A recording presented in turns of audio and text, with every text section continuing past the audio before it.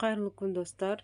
Бүгін сіздермен бірге балдарыма таптырмас таңғы ас жасадым. Соны сіздермен бірге бөліскім келіп тұр. Ең алдымен бізге сосиска мен картошка керек болады.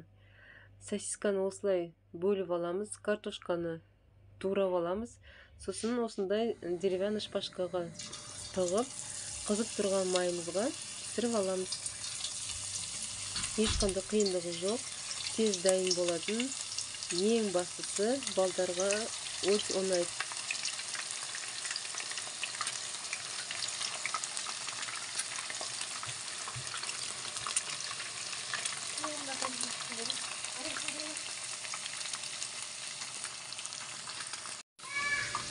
Аудара отырып, екі жағынан пісіріп аламыз, қызартып.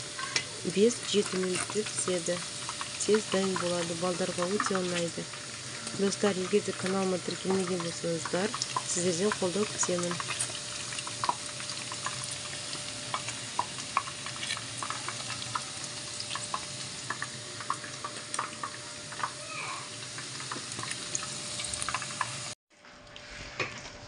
Астарыңыз дәмді болсын.